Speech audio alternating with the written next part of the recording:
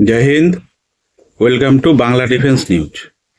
কোচির startup company IROV Indian নেভির কাছে 47 কোটি টাকার একটা কন্ট্রাক্ট পেয়েছে, যার দরুন ইন্ডিয়ান নেভিকে advance under water remotely operated vessel supply করবে, যেটা ফিল্ড টেস্টেড। এটা ডিপ ওয়াটার চ্যালেঞ্জিং এনভায়রনমেন্টের জন্য ডিজাইন হয়ে। এটা 300 মিটার ডিপে যেতে পারবে এবং এর মধ্যে HD camera data collection instrument লাগানো আছে, যা আন্ডার ওয়াটার সার্ভেলেন্স রিকগনিশন করতে পারবে। আসি দ্বিতীয় খবর।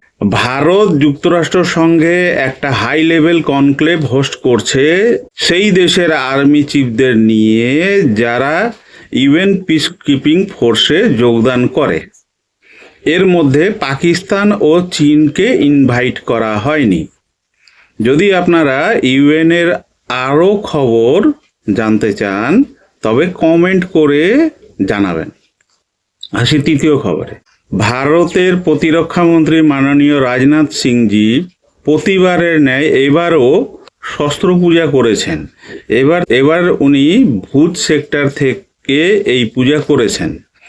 সার্ক ক্রিক এরিয়ায় পাকিস্তান মিলিটারি ইনফ্রাস্ট্রাকচার এবং অ্যাক্টিভিটি এক্সপ্যান্ড করার দরুন তিনি পাকিস্তানকে ওয়ার্ন করেছেন যে যদি পাকিস্তান কোনো রকমের মিস অ্যাডভেঞ্চার করে তাহলে তার হিস্ট্রি ও জিওগ্রাফি পাল্টে দেওয়া হবে। উল্লেখ্য, সার্ক ক্রিকে বর্ডার ইস্যু আছে, যা পাকিস্তান শান্তি বার্তা দিয়ে সলভ করতে অনিচ্ছুক। ধন্যবাদ ইতি।